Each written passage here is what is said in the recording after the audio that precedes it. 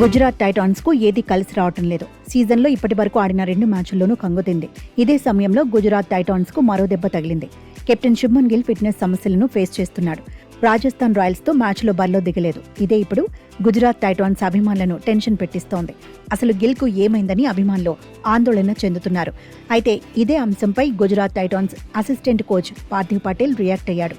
మెడ నొప్పితో శుభ్మన్ గిల్ బాధపడుతున్నాడని చెప్పుకొచ్చాడు. గాయం తీవ్రమైనదేమీ కాదన్నాడు. త్వరలోనే కోలుకుంటాడన్నాడు. ఢిల్లీ క్యాపిటల్స్ తో ఆడే తర్వాతి మ్యాచ్ వరకు ఫిట్నెస్ సాధిస్తాడనే నమ్మకం ఉందన్నట్టుగా పార్థివ్ పటేల్ స్పందించాడు. అయితే శుభ్మన్ గిల్ మెడ నొప్పితో బాధపడటం ఇదే తొలిసారి కాదు. గతంలోనూ ఇబ్బంది పడ్డాడు. స్వదేశంలో సౌత్ ఆఫ్రికాతో సిరీస్ సమయంలోనే ఫిట్నెస్ సమస్యలను ఫేస్ చేశాడు. మెడ నొప్పితో తొలి టెస్ట్ మధ్యలోనే వెళ్లిపాడు. ఆ తర్వాత కొన్ని మ్యాచ్లకు దూరమయ్యాడు. సరైన విశ్రాంతి లేకపోవడమే మెడ నొప్పికి కారణమనే చర్చ జరిగింది. రోహిత్ శర్మ నుంచి కెప్టెన్సీ పగ్గాలు అందుకున్నాక అటు టెస్టులతో పాటు వన్డేల్లోనూ శుభ్మన్ బిజీగా గడిపాడు. ఆసియా కప్తో T20లోకి కూడా రీ ఎంట్రీ ఇచ్చాడు. ఆ తర్వాత పొట్టి ఫార్మాట్కు దూరమైన వన్డేలు, టెస్టుల్లో మాత్రం శుభ్మన్ గిల్ కెప్టెన్గా ఉన్నాడు. ఐపీఎల్లో గుజరాత్ టైటాన్స్ ను నడిపిస్తున్నాడు. ఎక్కువగా రెస్ట్ లేకపోవడం వల్లే మెడ నొప్పి వస్తోందనే చర్చ జరుగుతోంది.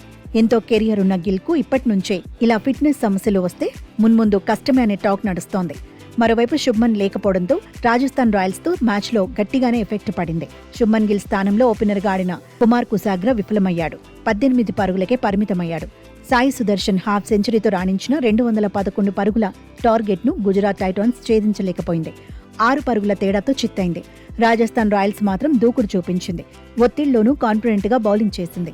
ఆఖరి ఓవర్లో తుషార్ దేశ్పాండే అద్భుతంగా బంతులు సంధించాడు.